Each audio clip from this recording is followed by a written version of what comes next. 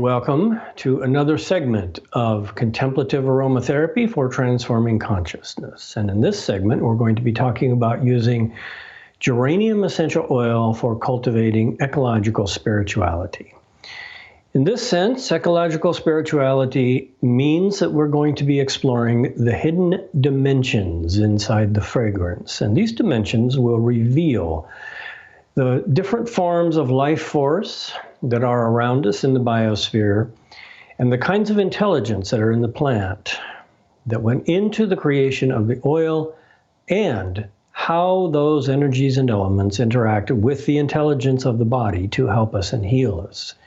Now, we can do this practice with practically any essential oil, but we can keep in mind that for a longer meditation practice where we're going to be breathing the oil several times, that we would like to use something mild that is not irritating. So I would suggest that you don't do this with a spice oil like cinnamon.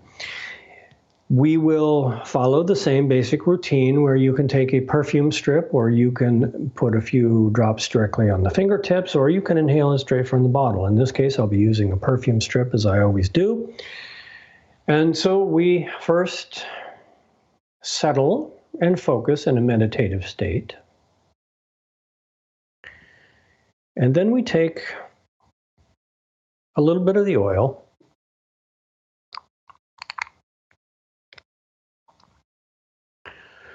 and we will go through a series of contemplations on different aspects of the fragrance.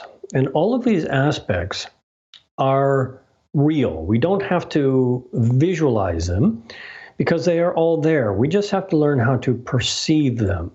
They are there in chemical form, but the molecules in the oil had to be created by different kinds of energies and elements and intelligence in the plant. So that's what we're going to be studying. And as we study these energies and elements, we can begin to develop a kind of appreciation for what went into the oil. And keep in mind that this is not just something we can learn to perceive in an essential oil. We can also learn to perceive this in all the herbs that we may take through the sense of taste, and also in our foods as well. So the first inhalation, very slowly, what we notice is sunlight.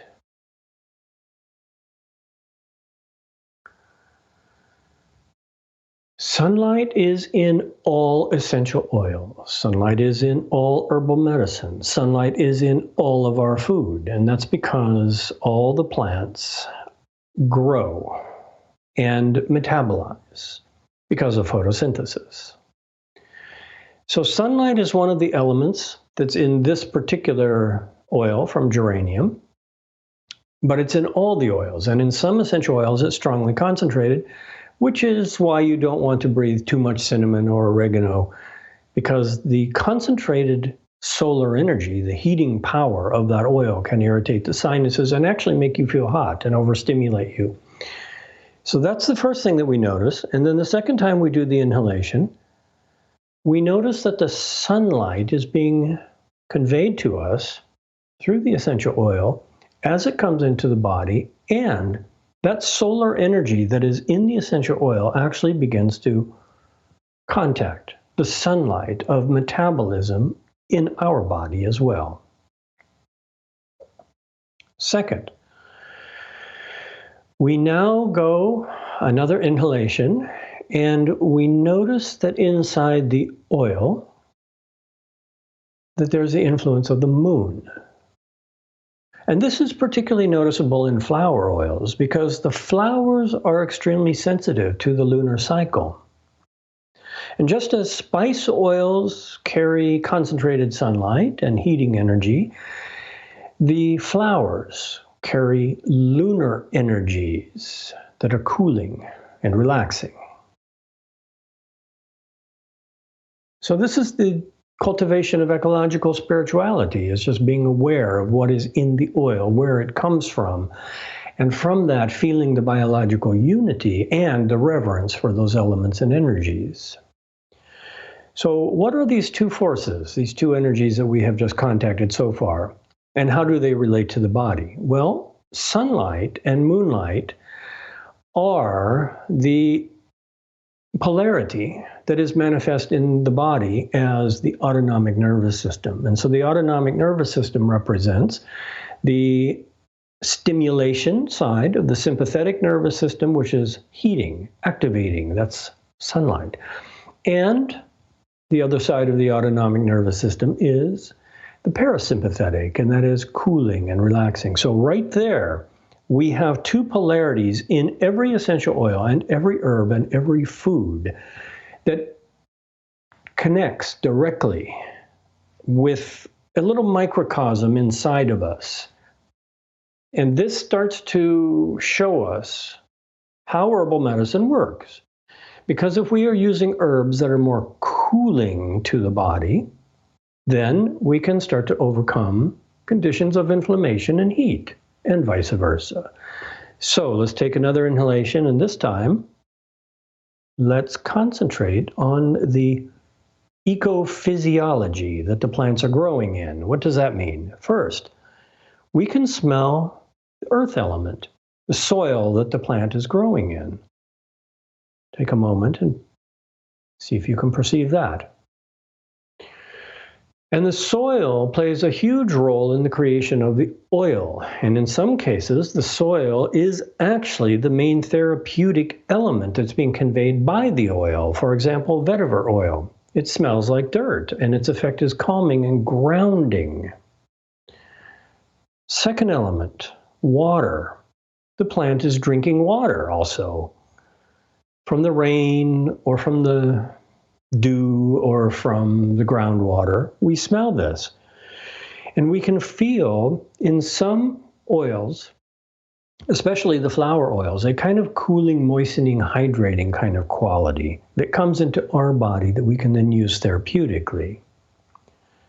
And so now we do another inhalation, and this time we focus on the presence of the sunlight again, because the sunlight is in the plants as part of the ecosystem as well as one of the larger celestial influences. So we can feel again the sunlight in the specific region where the plant is growing. And in some terrains, we have very unique ecotypes of oils that are a reflection of the unique kind of sunlight that is there in that environment. Now we can breathe it again, and we notice the air element. That's because the plants are breathing. And in some cases, the plants have a very unique relationship with concentrated air element, such as the conifer oils or the eucalyptus oils. They actually smell fresh, like the air in the forest, and they work primarily on the lungs therapeutically. So this is another way that we can contemplate the ecological terrain that the plant came from and the ecophysiology of what goes into making the oil. And so finally we have the last element according to the Ayurvedic system, which is space. Now, aromatherapy has a direct relationship with the space element in general. When we put an oil in a diffuser, it's going into the space element. When we breathe it in, it's coming into the space of the sinuses and the lungs. But it also represents the channels inside the plant that the earth nutrients and the water and the sunlight and the air have been circulating through. And so it also represents the space inside the plant. And so we can perceive that. Now, all 5 of these elements are in the oil. It's what gives the oil its fragrance and its therapeutic properties. And when we inhale it, the oil comes into the space of our lungs, and it goes into the nervous system through the space of the sinuses, and it goes into the heart and the circulatory system. And those 5 elements that are in the oil that came from the plant begin to interact with the 5 elements inside the body. That's what natural medicine is. And so now we can feel that, again, for just a moment, the biological unity between the 5 elements in the ecosystem that the plant came from and the 5 elements in the ecosystem of our body.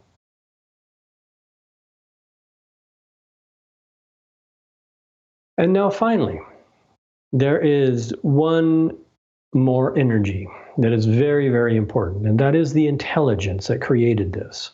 So we have the sun and the moon, and those are the main celestial influences on the plants.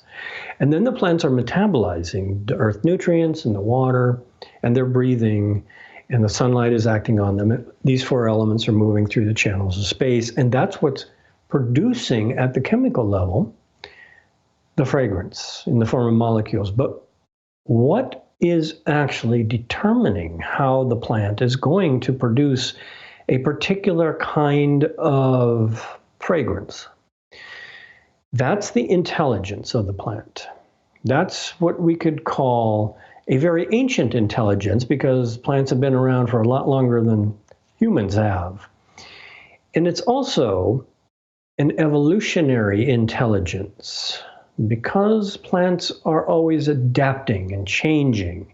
And we can also say that it is an immunological intelligence that is there to protect the plants. And this is especially the case with essential oils. Essential oils are the immune system of plants, of the aromatic plants. So what we're smelling then in this last inhalation is a very, very ancient evolutionary immunological intelligence. So take a moment, inhale that.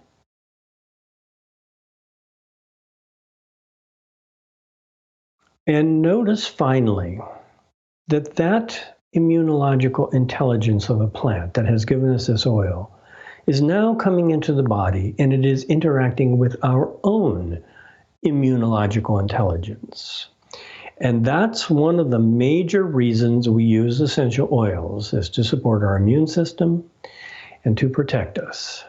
And that power is not just about inhaling some molecules. Those molecules have antimicrobial powers, anti-inflammatory powers, many kinds of powers. But what those molecules represent is this ancient intelligence of immunity in the plant that it came from. So again, if we are going to sum all of this up, we breathe it in and we notice sunlight. And we feel how the sunlight affects the solar aspects of the body and energies. And we notice moonlight and how that affects the lunar aspects of the body. And then we notice the five elements of earth, water, fire, air, and space, and how those elements interact with the elements of our body. And then we notice that all of this has been created for us by a very old evolutionary intelligence, which is more intelligent than anything that we have been able to come up with so far for fighting microbes and protecting ourselves. And the proof is that the plants have been here for millions and millions of years. And so when we inhale this, we are partaking of that kind of intelligence. And we need that intelligence right now. So all of those energies and elements are in every oil, and they're in every herb, and they're in every food. And if we begin to pay attention to those things, then we can start to feel a deep appreciation for forces of life that are in the plants that nourish us and protect us. And that is one of the definitions of ecological spirituality. So thank you for joining me in this segment. If you're interested in trying this with this particular geranium oil, you can see that there is a discount code at the bottom of the page. And feel free to post your comments and questions. And thank you to those of you who are doing that. And thank you again.